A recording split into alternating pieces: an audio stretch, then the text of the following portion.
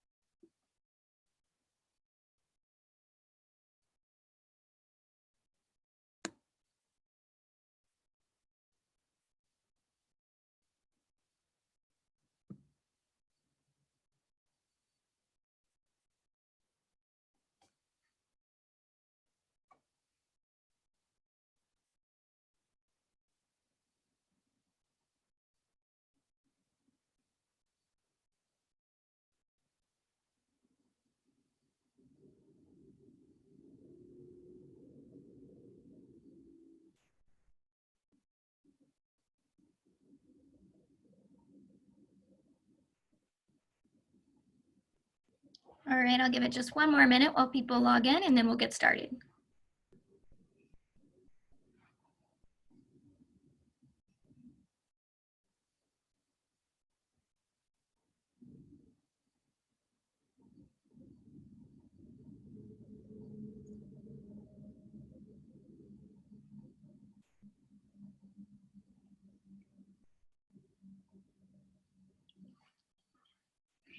Hi everyone, and thank you for joining us today for this Scaling Sustainable Innovations in Protective Packaging webinar with the Sustainable Packaging Coalition.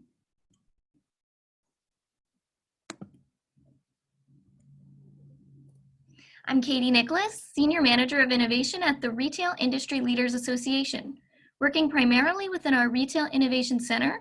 And with me today is Tristan Davis, Senior Manager at the Sustainable Packaging Coalition. The Retail Industry Leaders Association is the U.S. trade association for leading retailers. We convene decision makers, advocate for the industry, and promote operational excellence and innovation. Our aim is to elevate a dynamic industry by transforming the environment in which retailers operate. RELA's RIC equips retailers to navigate transformation through innovation and reorient the innovation ecosystem towards retail needs, making the Protective Packaging Design Challenge a perfect fit. This challenge recognizes cutting-edge startups tackling a major challenge that RELA sustainability communities are grappling with daily. The RIC also connects innovative technologies, investors, startups, and retail companies by leveraging its RTech investor and startup networks. We're excited that many of the startups who participated in the Protective Packaging Design Challenge have recently joined our startup network. We look forward to supporting these startups on their journey as they continue to grow and contribute to the retail industry. Now I'll turn it over to Tristan to talk more about the challenge and moderate today's startups. Great, thanks so much, Katie, and hi everyone. Thank you all for joining us for this webinar today. I'm Tristan Davis, Senior Manager with the Sustainable Packaging Coalition, or the SPC. Some of you probably know us. We were really happy to partner with RELA on the Protective Packaging Design Challenge, and we're also really excited today to hear from 3 of our finalists. We had 5 finalists in the end, and we put out actually those 5 to members of RELA to get an idea for who you would like to hear a little bit more from and which technologies and packaging types you would like to learn a little bit more about. So we're super excited to feature 3 of those for you today. First, we're going to be hearing from FlexiHex, which is a 100% recycled paper-based solution that uses a honeycomb geometry that expands to protect a variety of different products and is also curbside recyclable. Then we're going to be hearing from Ecovative about their mushroom packaging, which utilizes mycelium as a biological binder and creates customized packaging solutions that can fit many different products and is also Cradle to Cradle Gold certified. And then finally, we'll hear from TemperPak, whose Climacell packaging is a foam-based packaging that's based on paper and plant starch, and it provides both thermal as well as other protective qualities and is also curbside recyclable. And so just to give you a quick run of show for the rest of the webinar today, we are going to be hearing a quick overview presentation from each of these organizations about their packaging that they're going to share with us. And then we're going to follow that with some interview questions from me for each of them. And then finally, at the end, we will have time for Q&A. And so we'll try to leave ample time for that. So please do feel free to type your questions into the chat box throughout, and we will have time to get to those at the end. So with that, we'll go ahead and get started and learn about these exciting new packaging technologies and opportunities. So first up is Sam Boex, the co-founder of FlexiHex. So Sam, I would love to hand it over to you. Thank you, Justine. Right, I'm just going to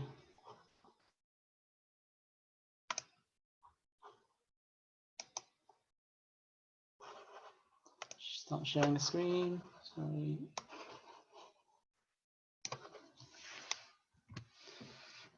Apologies for that, everyone. Right, so FlexiHex is effectively a cardboard, paper-based bubble wrap, if you imagine it like that. It's made up of honeycomb, and it's an adaptable, flexible sleeve which forms around objects. And it started about 3 years ago. The idea was started.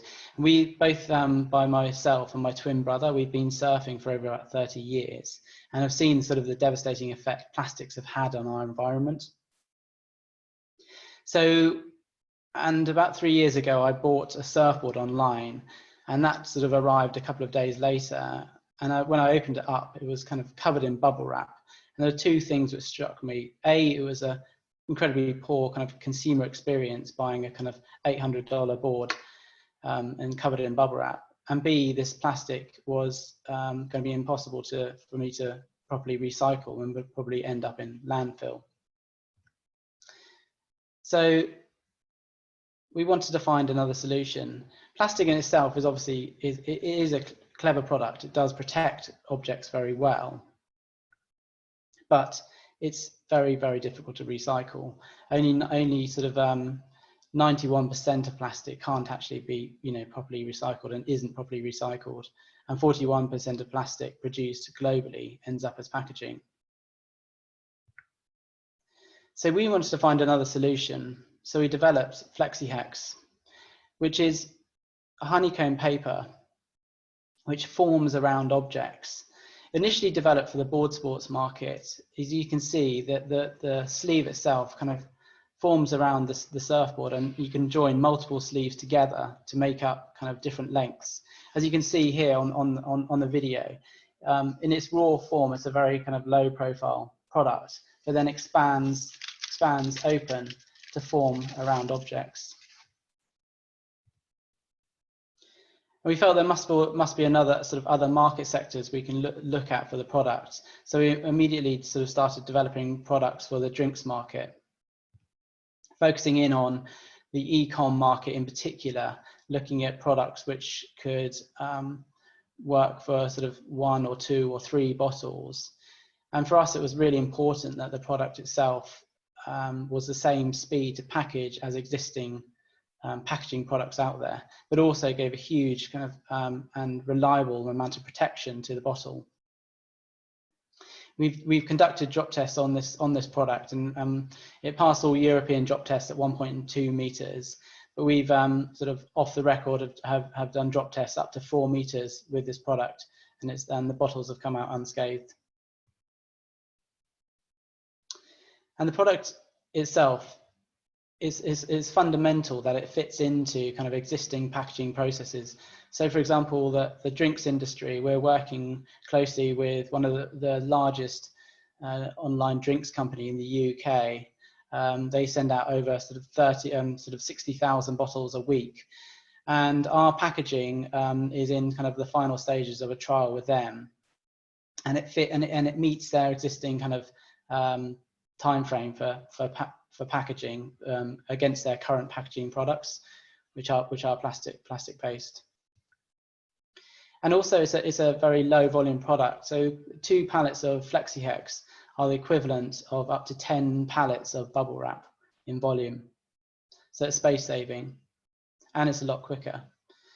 We also have the added advantage that it can compost in 6 weeks. This was done in our kind of at home, but you can, it kind of biodegrades and composts in that time frame.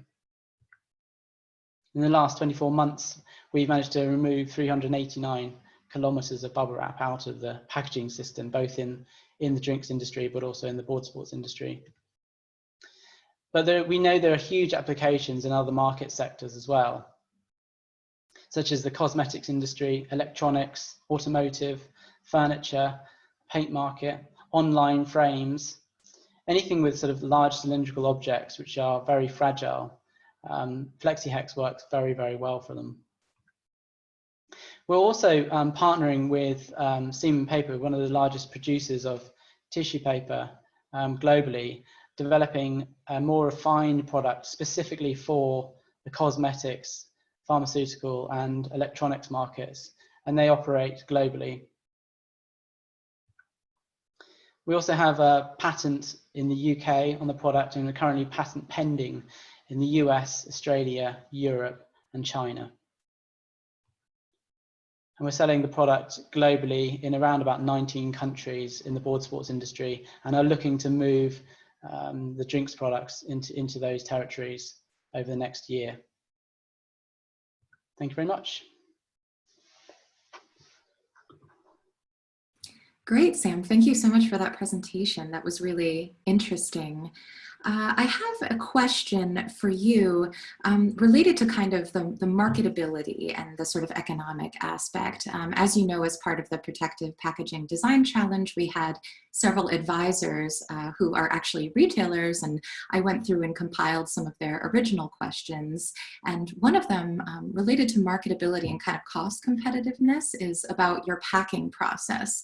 Can you maybe explain a little bit more how that works? Is it automated? Is it manual? What is the time required to stretch over and secure different products? Yeah, so it is manual. I think potentially it could be automated. It's a very simple product. Literally, you are sliding a sleeve over a product. So like I kind of mentioned earlier, we can compete with existing kind of packaging methods within the drinks industry. In the board sports industry, we're saving around about 5 to 10 minutes per board for packaging a surfboard. And then again, that would relate to furniture items as well. So there's actually huge kind of time saving in packaging the product.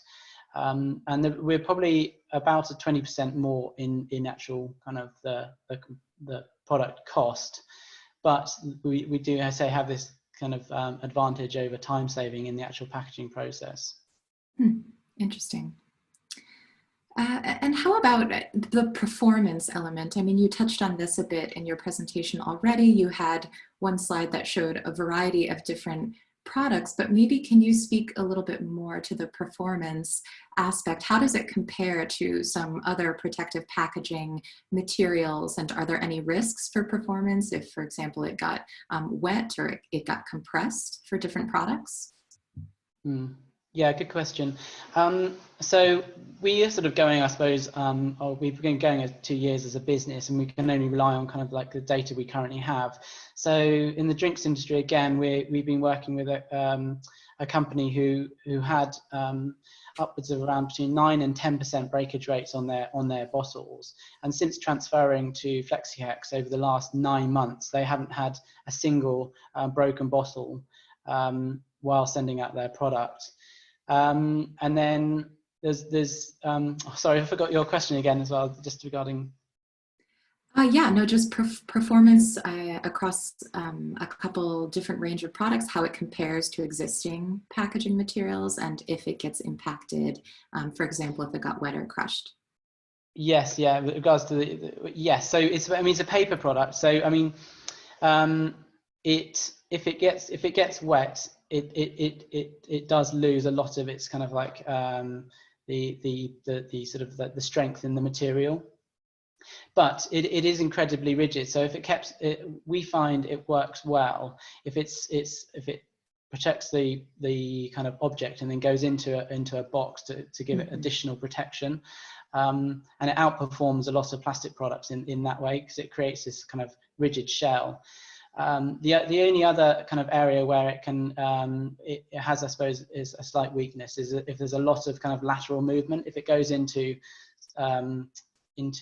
a product like a bag over a box, then if there's sort of lateral movement over kind of like when it's being couriered, or if it's being used, say, traveling, then it can break down over a period. But up to now, we found the feedback is the performance is outweighed, kind of like exceeded kind of plastic packaging. Right. That's really interesting. And I will make a plug for visiting your website and checking out some of your great videos, which I know you couldn't include in the presentation here, but a lot of really great performance drop test sort of videos there. I guess my final question for you is on the sustainability front. So, you know, my sort of angle here, coming from the Sustainable Packaging Coalition, it's definitely really fantastic that FlexiHex is curbside recyclable. There's a lot of demand for recyclable packaging in general, particularly protective packaging at the moment. And you also use recycled content. So that's a great end-to-end sustainability story. I'm wondering if you can speak a little bit about if you've had any challenges or related to how you source your recycled fiber, or if you've had any challenges with the end of life. We haven't had any challenges as yet. Well, our products are made in Asia, and we have a really good kind of like manufacturer over there, and we've kind of checked the sourcing of the product and say it's 100% kind of like recycled content. We're also looking for kind of manufacturers in Europe, but there's a very kind of we've made very kind of clear kind of like supply chain for our product. So yeah. Great, that's fantastic. Well, wonderful. Thanks, Sam, so much. We'll just a reminder, if anyone has any questions for Sam specifically or for others throughout the presentation, we will get to those at the end. Thank you, Sam. Thank you. Okay, so next up is Megan Olson, who is Business Development Lead for Myco-Composite at Ecovative. So I will let you all figure out the screen sharing and then hand it over to you, Megan.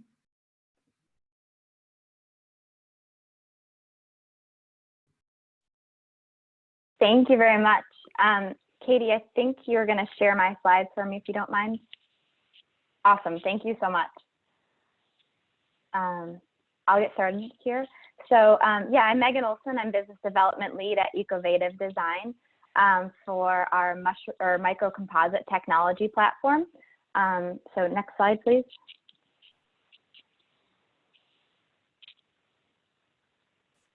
Thank you. So a little bit of background on mushroom packaging and how we got started here, as well as, of course, the problem that we're looking to solve. So Ecovative was founded 13 years ago. Our co-founders, Evan and Gavin, really focused on the problem of single-use plastics and the harm on our environment. What we've seen over the history of Ecovative is really the momentum that's been gaining on the need for sustainable alternatives. Next slide, please. So what we've done with mushroom packaging is leverage nature as a solution. So when folks think of mushrooms, we typically think of the fruiting body of a mushroom, and that's what you see in the photo to the left. At Ecovative, we focus on the mycelium. So the mycelium is like the root structure of a tree, of an apple tree, for example, while the mushroom is like the apple of the apple tree. So at Ecovative, we've leveraged mycelium as a natural binding agent for sustainable agricultural waste. So next slide, please.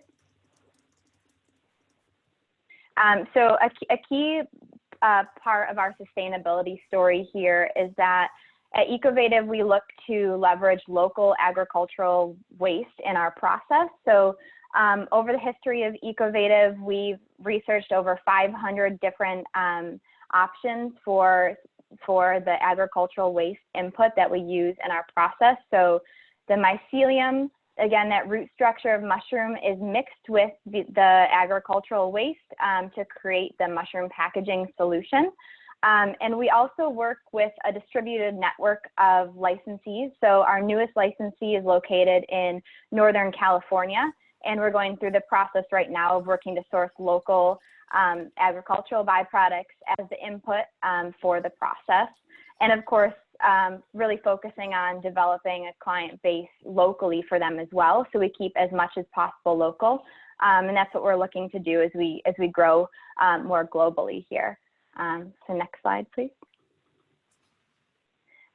So the video that you see to the left is a time lapse of our mushroom packaging growing in a mold. So that's about a 4-day process that you see there, where the mycelium is the white that you're seeing growing over those days in the pod. And then you'll see that in the photos to the right here, that is the process of popping the parts from the pod.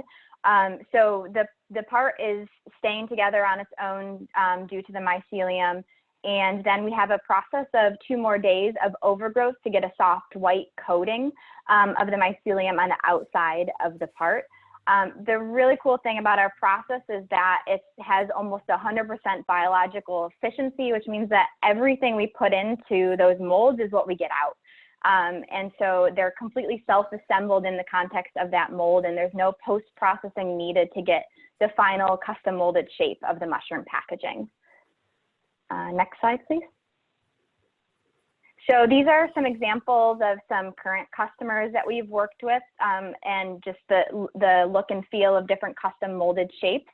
So we work with a variety of different customers from different cosmetics and hair care products and candle companies to all the way to industrial types of packaging opportunities with heavy reels of cable, trolling motor products, and products weighing many hundreds of pounds. So the mushroom packaging is a really durable option for a variety of products.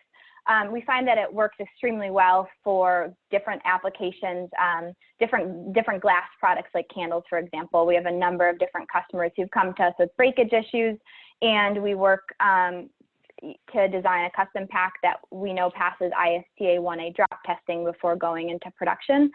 A really important benefit of mushroom packaging is that we're Cradle to Cradle Gold certified. It's fully home compostable, which means that you can break up the mushroom packaging and put it right in your garden, and it will degrade in just 45 days. So the key thing to note about home composting means that it certainly can be industrially composted, but industrial composting is not required. So what that means is that we don't need the high heat that many other sustainable, biodegradable, compostable options need. So the home compostability aspect is something we're extremely proud of. So it means that when you break up mushroom packaging, not only does it return to the earth, but it's really nourishing the soil as well. So next slide, please. Another benefit of our process is that it's really quick to get from a design stage to a custom grown prototype with us. So we have a process of creating a hard tool and then a soft tool. That soft tool is what I referred to as a pod earlier in the presentation. And then we grow that mushroom packaging part right in that tool. We utilize the same tools that we use in prototyping for production. We just create more of them. And we use those tools over and over again as we're filling production orders. So we have a process where we grow in those pods for 4 days, as I mentioned earlier, and then we're able to refill right away to create more. So we kind of determine the count of tools that we need, all based on the size of an order and recurring orders with customers. So we're really proud of our process of being able to quickly get from design to prototype, and then utilize that prototyping tooling in production, which also keeps any kind of startup costs here really low. We look to really focus on being able to get prototypes in the hands of customers really quickly. Next slide, please. This is just a quick example of one of our key customers. A lot of folks come to us because they've seen the seed part, so Seed Probiotics, based in California. So they're receiving their parts right from our Northern California facility in Paradise, California, actually. And it's just been a really great product for us, where we've grown along with them, quite literally, to provide them with mushroom packaging for their needs. So this was a custom shape made for seed. And then the next slide, please. So just a last quick overview of some different options and parts that we've worked with. The marketing of mushroom packaging is something that our customers are, is really important to our customers. Shrine Candles, to the left there, their website is shopshrine.com. They've just done a phenomenal job of really marketing the mushroom packaging. So showing it as a benefit and also potentially a beautiful way of packaging a product as well, along with the benefit of compostability and being an extremely sustainable option. So thank you very much for your time. And that's a quick overview of mushroom packaging there for you. Thanks so much, Megan. That was a great overview, and I love these pictures here. Yeah, so some questions on my end, again, ones that I kind of collected from retail and other advisors who served on the Protective Packaging Challenge. So probably a lot of folks on here have heard of Ecovative. I would say you're on your way to scaling. In that effort so far, some questions did come up about the scalability of your business as far as the source. So you're using agricultural byproducts as feedstock to create the mushroom packaging. You mentioned you like to try to use local sources for that. What has been your experience in the scalability of that business model, and also the need to create specific molds for different products? Sure. Yeah, that's a great question. So Ecovative as a company has been around for, about 13 years, as I mentioned. So at Ecovative, mushroom packaging is our most mature technology platform. And we've really focused on understanding the way that the mushroom performs over the past, decade plus. And the model of growing through a licensing network and sourcing, locally to all of these different licensees is relatively new for us. We began licensing, I would say, a little bit over a year ago. So through that process, we're working with our partners to source their agricultural waste locally. And I think the key thing that I would say there about scalability, is the fact that when you think of a lot of other sustainable packaging options that use some kind of starch, different biodegradable options that use corn, for example, they're using the grain. We're using the stalk. So the grain might be about 1 pound on that stalk of corn, and the rest of the stalk is about 10 pounds. So there's actually a lot of available agricultural waste. And we don't require the same level of processing that some of the biodegradable plastic alternatives using starches and sugars do.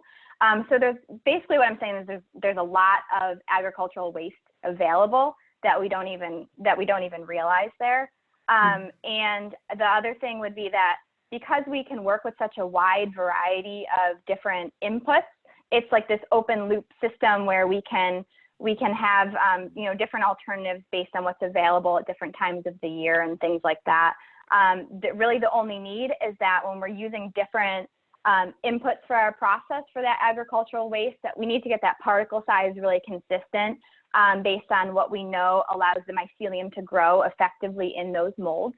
So as long as we are producing those byproducts with a consistent particle size for our process, the mycelium really treats it very similarly. There's certainly inputs that we feel are better for the performance of the mycelium, but we're able to work with a wide variety of inputs, which has been a really huge benefit as we've grown our network of licensees.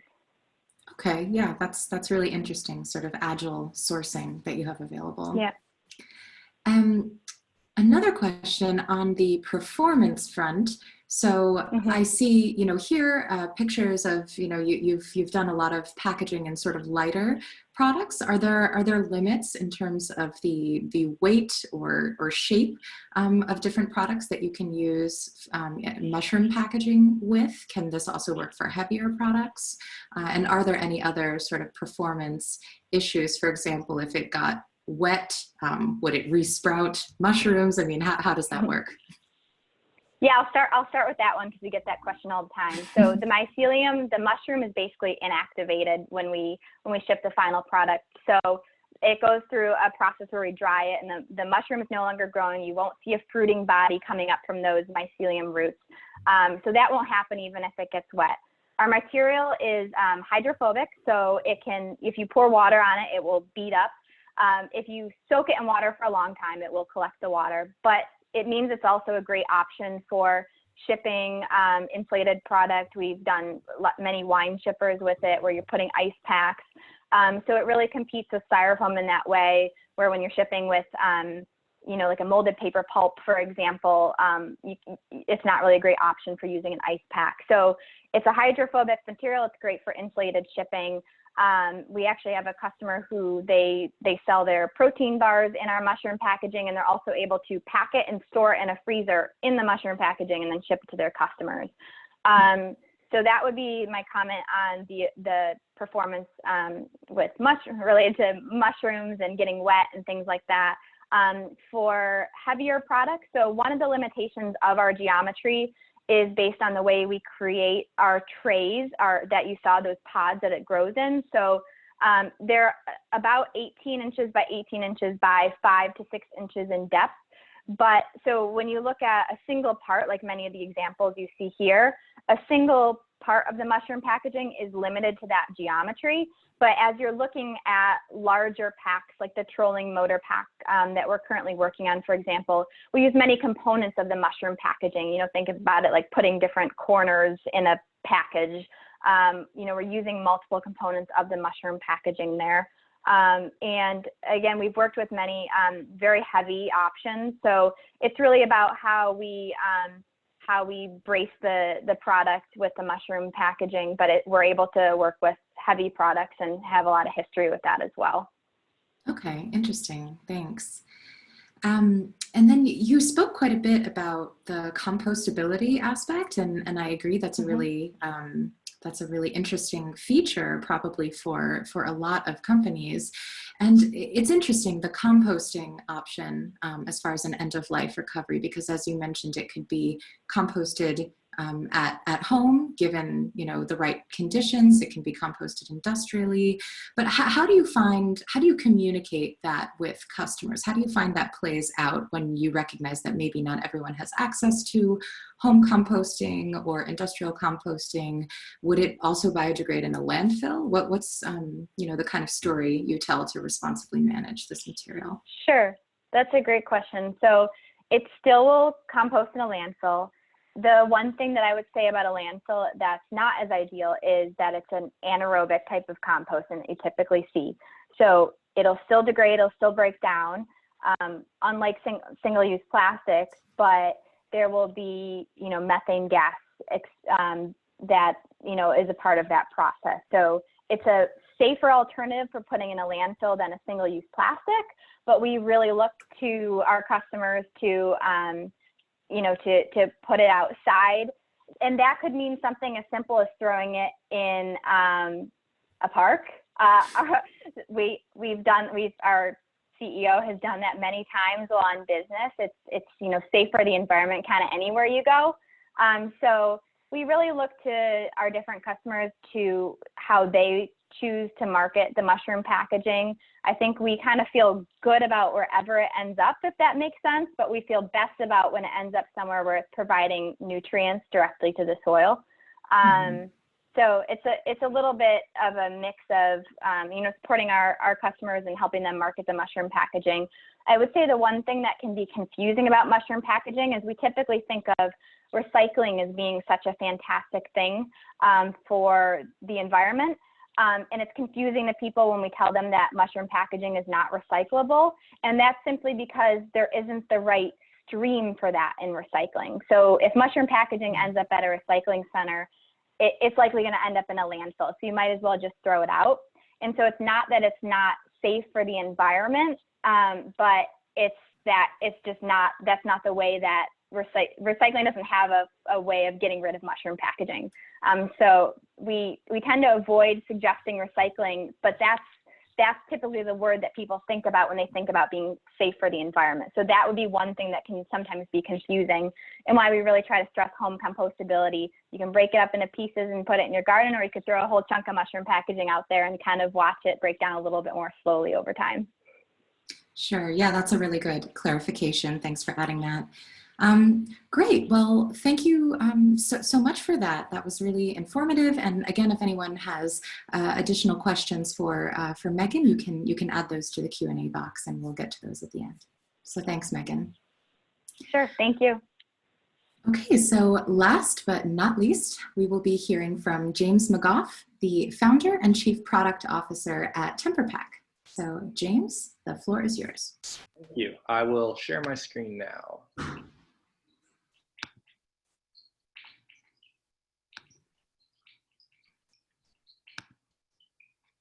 Okay, everyone can see that? Yep. Okay, great. Okay, so just want to take the next 7 minutes and talk about, first, what are the trends that we're seeing out there? This is a really disruptive time for packaging due to e-commerce, several other trends that we're seeing, which we'll go into. And specifically, why did we choose to target EPS, or expanded polystyrene? Why do we think that that's the most ripe for innovation? And then, okay, fast forward, what have we done so far over the past couple of years?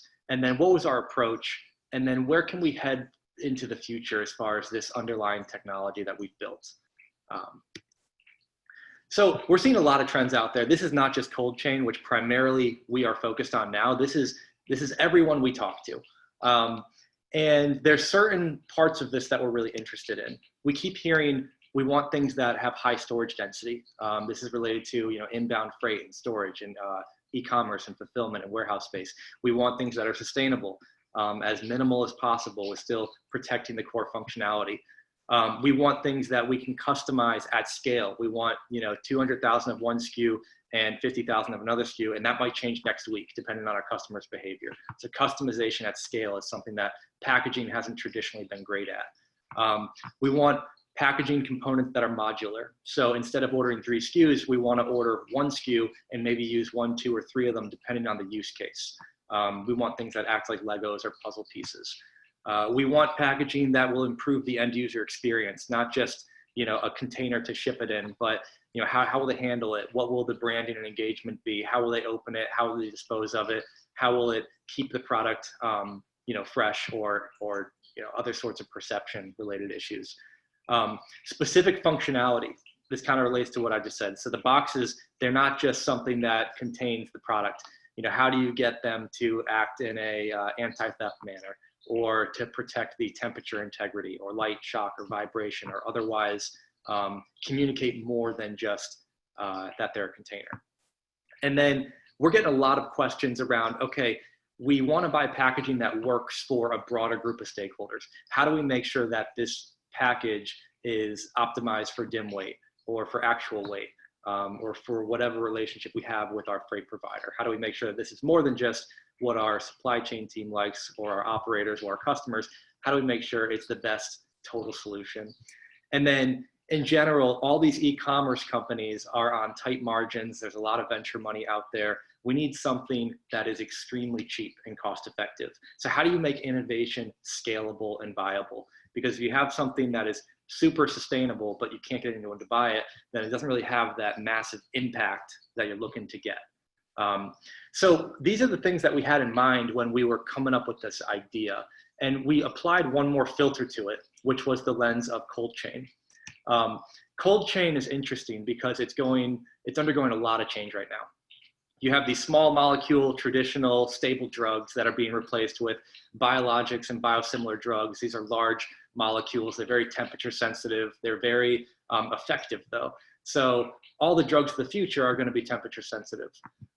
You have online grocery shopping that is exploding right now. Amazon buying Whole Foods, Kroger, Walmart, Target. Everyone's trying different models, and they're all having a lot of success. Especially now with this whole quarantine thing, it's enormous amount of online shopping. On the other side of the spectrum, on the healthcare side, you have companies like Walgreens, CVS, Express Scripts. They are sending medicine directly to the house. That is oftentimes temperature sensitive. And it's very important that you have a product that is not only sustainable, not only has good customer perception, but works and is affordable for those business models. And you can't do it with plastics because you'll be in the media spotlight. And we see it all the time, whether it's, justified or not, whether it's a straw in a turtle's eye or something more serious with larger scale implications. I think that it's just vilified right now. So there's a lot of brand equity for making the change to a more sustainable packaging format. Companies like 23andMe, Ancestry.com, a lot of these diagnostic companies are popping up, and all of the reagents that are used to process those and the equipment used to process them, they have temperature sensitive parts to them. And so there's a whole supply chain that goes on in the background, which requires temperature sensitive shipping. CRT stands for controlled room temperature. These are drugs that didn't need insulation beforehand, but now because there's so much e-commerce and there's so much last mile shipping, the government has come in and said, okay, even if it's controlled room temperature, we need you to have insulation, because if this is going to Phoenix or Florida or Dallas during the summer, it may just be too hot and we don't see stability data on this. So we want everything to have insulation. So there's a good need for insulation right now. And then, second to the bottom here, the EPS industry, the expanded polystyrene, the styrofoam producers, they don't really have a good answer for how to incrementally make their product better because it's been perfected over 70 years. We thought that if we took those packaging trends and hit as many of those as possible, but did it through the lens of cold chain because of these trends, we would have a pretty cool product. So that's kind of what we set out to do. That was probably, we really got it going, I'd say 3 or 4 years ago. And we like to think that, we're a group of materials engineers. We like to focus on the fundamentals of how do these technologies work? How do materials work? How does heat transfer work? And then how do we apply that to packaging? I'd say that right now we're emerging as the leader in the cold chain last mile for all styrofoam alternatives. We've protected over 40 million shipments of food and medicine. In the past couple of years, we have about 500,000 square feet of manufacturing space across both coasts. We're going to increase that by 30% by summer next year. And each week we can make about 90 football fields worth of insulation. So we have a lot of scale already, and we're doing everything we can to keep the accelerator on and get that even higher. And then just lastly, we have we're very focused on high growth. We have a very broad dynamic team, and we're always focused on how do we make this better? How do we continue to think about the future and what these markets are going to need? So that's kind of where we've come to. And how we got there was, we didn't look at styrofoam and say, this is terrible. We looked at it and we said, this is a really cool material in 99 ways out of 100. The one problem with it is that it's not sustainable. It uses non-renewable resources. It's very energy intensive. It doesn't biodegrade or compost. There's got to be a better way to preserve all the functionality of it. It's lightweight, it's sanitary, it's cheap. You can make it all around the world. It insulates, it cushions. People are familiar with it. It has high tolerances. How can you preserve all that, but add in, a great story around end of life, feedstock, the amount of embodied energy used to convert the material. And so we thought about, okay, well, what would that look like? Whatever we make up, it has to work, first of all. It's always functionality, then cost, then sustainability. That's the only way we found to really drive adoption. So it has to work. We have to be able to make it all around the world if we're going to eventually be dealing with big brands. It has to be cost effective. It can be maybe a slight premium, but if this is 70% more expensive than a regular styrofoam product, it's just not going to be adopted. We wanted it to be certified as curbside recyclable, although I agree that recyclability is not really the gold standard. I think there's a lot of confusion around things that go to the recycling but don't actually get recycled. So we wanted it to be curbside recyclable as far as certification goes, but we also wanted it to be low emissions as far as input energy and embodied carbon goes. And then we wanted to be able to make this in a variety of lengths, widths, thicknesses, and tolerances and densities. We wanted it to be something that we could make for a wide breadth of applications. We looked at a lot of solutions out there, molded pulp and other corrugated solutions and other kind of quasi-sustainable things, macerated paper, and we didn't see anything that really satisfied all of these criteria. So what we came up with, we called it Climacell, and it's based on a vegetable starch. Technically, we could use wheat, potatoes, or corn, and keep the product relatively the same. Right now, we're using cornstarch, and it's an extrusion process. We wrap it in craft paper, and it's a two-part system. Right now, we're making coolers out of it.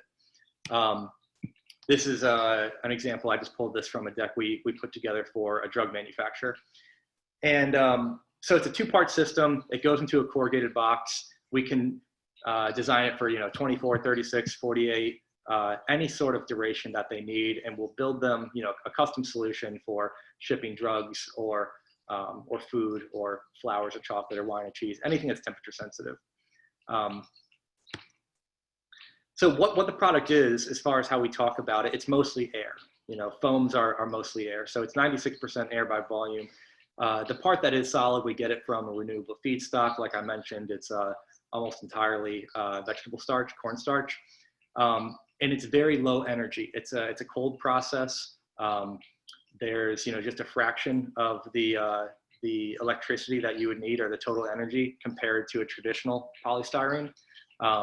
And then, we know that energy can be related back to emissions when you look at the fuel source. So there's a great story around the life cycle analysis. Now, who is buying it? Well, right now, like I mentioned, we're focused on cold chain because we see a really front and center need for a cooler replacement. So we have, online grocery, meal kit, prepared foods. Baby food is a big one, dog food. Beer is being shipped more, ice cream. There's a lot of players in the food game. And then on the healthcare side, it's equally interesting. That's growing, and it's as complicated, and there's as much opportunity there, whether it's animal health or diagnostics or the drug supply chain, all the way down to pharmacies, biotech, vaccines is a big one that we're working on right now. And then, like I mentioned, you have some other things like animal food. Frozen dog food is, there's millions of dollars of installation being spent right now to protect dog food.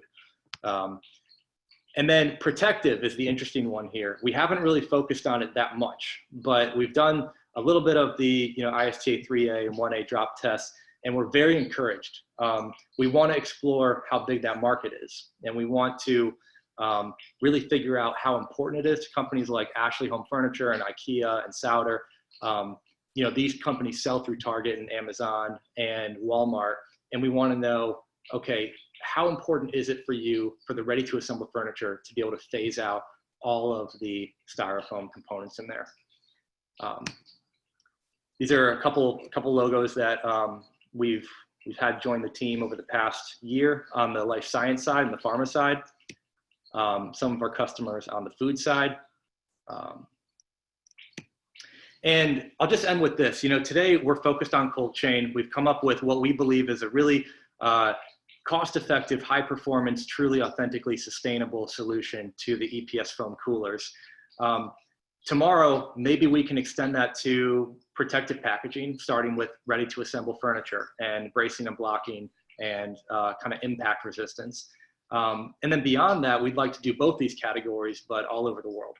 And we're getting our manufacturing smaller and tighter and faster output every day. So we don't see a reason why we can't export this model. And we're starting to preliminarily talk about potentially Netherlands or Poland opening up shop over there. So that's all I got. Thank you very much. Fantastic. Thank you, James. That was a really thorough presentation. I feel like I learned a lot.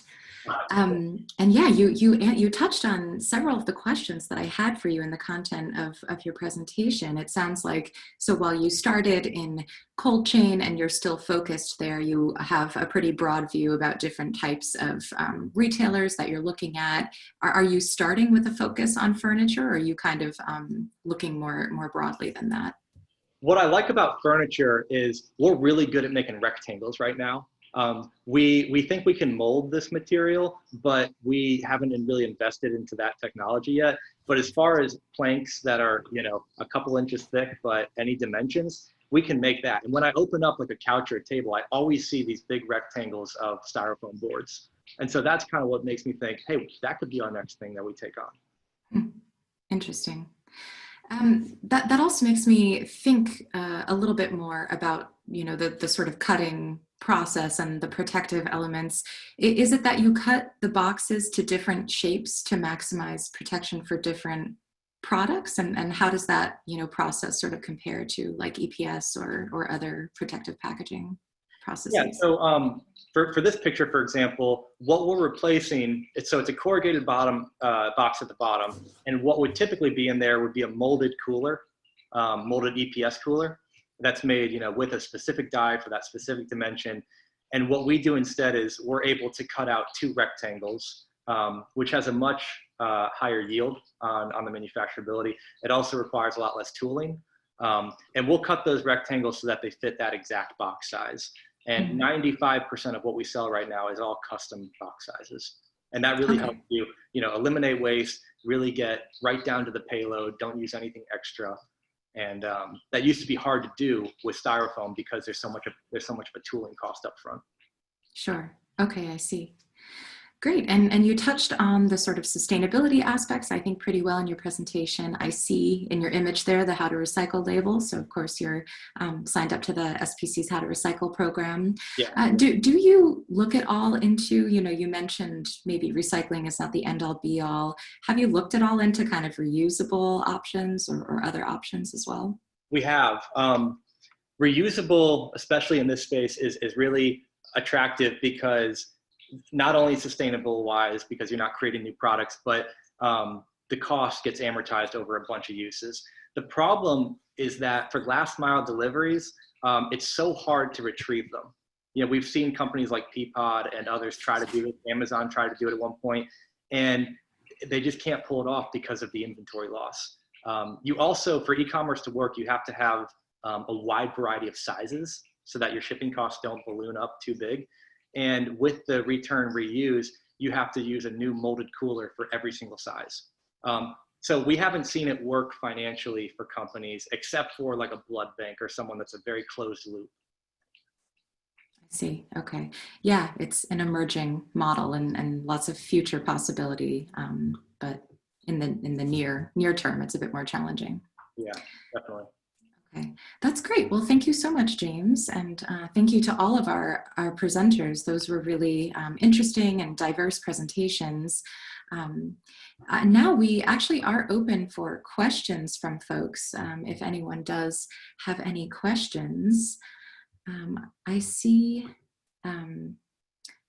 yes, sorry. I do see one question that came in, which I'll just flag, about what is the waste stream for recycling? And I think that would probably refer to both FlexiHex and TemperPak as far as how is it sorted in recycling? How does it work there? As we know, Ecovative is a compostable solution. I'm happy to jump in, or Sam, if you want to. Yeah, James, you go first. This one. Okay. So recycling is really complicated in terms of who makes up the standards and the fragmented system, who has the authority to say whether something is recyclable. We like to think of it as the first thing to check for is there an end market for this material? If there is, the second thing is to check for, okay, will the mills, if it's paper-based, be able to get usable fiber from whatever gets recycled? And then the third thing to check is, will the MRFs be able to sort this correctly? And then the fourth thing to check is the customer going to actually recycle it?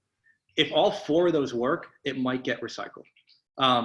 And so what we found was, well, there's not a lot of true authority on each one of those four steps, but what is there? There's, Western Michigan will do an OCC study for you to say, okay, if this were to end up in a hydropulper, if you get over 85% of these fibers back, it's going to be a usable product under these conditions. So we did that part. And then the question was, well, what if the MRF doesn't accept it? So then we talked to Republic Services and a few others, and we said, how will this thing sort? How do the star screens work? What would make a material not sort with corrugated or sort with it? And we got a confirmation from them. Basically, unless an operator takes this out and throws it somewhere else, it'll probably sort correctly because it's rectangular, it's flat, it's brown, it's labeled. And then the question was, okay, how do we communicate this to customers?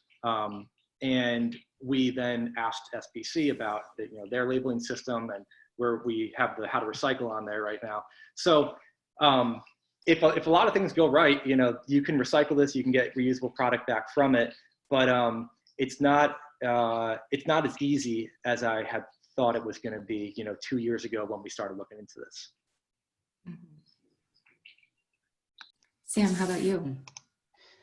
Hi, yeah, yeah. I mean, I'd sort of second that. I mean, I think with our product, we're effectively taking kind of existing products which are already on the market and already commercially available. And I suppose the unique thing with our product is we're combining it in an unusual and unique way to create a whole new product. So the core products themselves are 100% kind of say like recyclable. So, and also people associate it with a product that can be recycled. So if it goes to a recycling center, people will know it's just a paper or it's a card, and that can go straight into that stream.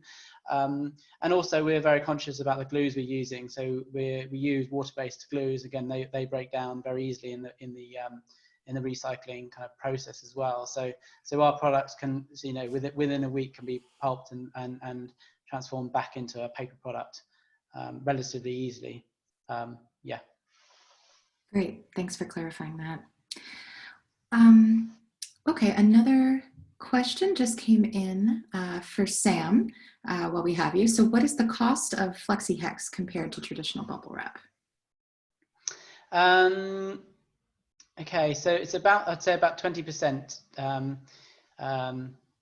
more than say traditional bubble wrap, but again, you have to compare it against the sort of like packaging speed as well. So for example, in the board sports industry, we are probably 20% more than bubble wrap, but then we're half the time it takes to actually package a surfboard in FlexiHex than it is in traditional bubble wrap. So there is a cost implication. And a second to that is we are also, as a startup business, obviously, as we start scaling, which we are starting to do now, we are starting to get much better pricing and starting to compete. So I think within the next year to 2 years, we're going to be competing with any available kind of protective plastic products on the market. Great, thanks. And we only have just a few minutes left. And actually this question that just came in is a really good concluding question for each of you. So if you might just briefly mention, what does the piloting solution look like with a retailer or a product manufacturer, and any kind of messaging you want to leave with our participants. Megan, why don't we start with you?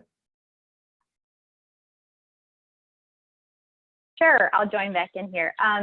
So with the mushroom packaging, we have the two-step process that I described, where we work with we do a custom design before we prototype. So when we work through folks in that process, there's no commitment to move into production at that point. It often really helps us kind of refine and focus our conversations when we're looking at what the custom molded shape will look like when we do the design phase. So we have a number of questions that we go through just to kind of get more information about what our constraints are, what the box size may be, what the product is that we're focusing on, the weight, certain things like that. And we can have a really good estimate of cost per piece of the mushroom packaging at that point, because our pricing really is dependent on basically the amount of space that the product takes up on our different grow trays. So the footprint really impacts the price. So we have a good sense at that stage. And we can get a prototype in your hands from that stage. Our range for prototyping is typically around $650 to, I would say, $5,000, but on the sort of extreme complicated end where we have lots of different components to the package. So we're finding a lot of our customers are getting those initial grown prototypes in their hands for less than $1,000 of investment with us, and lots of design modifications from our team. That also includes the second iteration of the grown prototype and all of our drop testing. So we get a lot of information before any kind of commitment that is needed to move into production. And I'm actually the person that, if anyone wants to connect and get that process started, I'm the person that kind of walks you through the whole process and works directly with our team out in Paradise, California, to queue up new production opportunities. So, as well as our licensees around the world, but we're very heavily focused on supporting our Northern California facility right now. Great. Thanks, Megan. James, I know you have a hard stop, but any last thoughts from you before you hop off? Yeah, well, first of all, thanks for putting this whole thing together. It's been really great. I've enjoyed learning about everyone's technology. As far as trials go, prototyping is really easy for us. We have an ISTA certified lab in-house. We have 9 packaging engineers. We can turn things around very quickly. We just have to understand what's the user requirements, what is the payload that we're starting with, what does success look like. We can build you a sample. If that goes well, then we can turn around a truckload of product in about 5 weeks after that, and then from there we could scale up on 1 SKU, 1 distribution center, and just kind of go from there. Fantastic. Thanks so much. And Sam, closing off with you. Yeah, thank you. Yeah, again, second, James, thank you for putting this event on webinar. It's been really interesting to hear everyone's detail on their product. So I think from our point of view, again, from trialing a product, obviously depends on the business. We pride ourselves within our product that we can kind of like, it's a very kind of flexible product. So more often than not, we can actually encapsulate a number of different products within that sort of retail within the retailer, rather than them having kind of a number of different packaging products. We can refine it down to one, so that there's potentially a sort of a time saving there.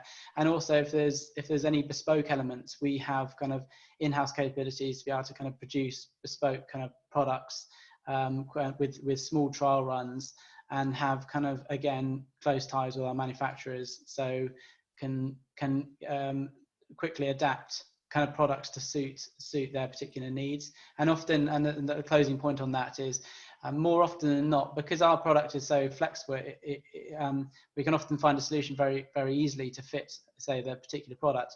But it's then working on kind of the outer packaging to sort of solve a sort of create a complete packaging solution, and that can be done very easily with any carton or box manufacturer. Great, thank you. Well, we are at time, a little bit over for our webinar, so I want to thank all of the Protective Packaging Challenge finalists for joining us today and explaining a little bit more about their packaging solutions. It was really interesting. I definitely learned a lot. I know that they all included contact information in their slides. I think we'll be sharing their slides out. So just on my end, thank you everyone so much for participating, and I'll hand it over to Rila to close it out. Thank you everyone for joining. We should be sharing this shortly after. This was a recorded webinar, so we'll make it available. And if you want to contact any of today's panelists, feel free to reach out to myself, Katie, or Erin Hyatt, and we'll be happy to connect you. Thanks so much. Bye, everyone. Thank you very much. Appreciate it.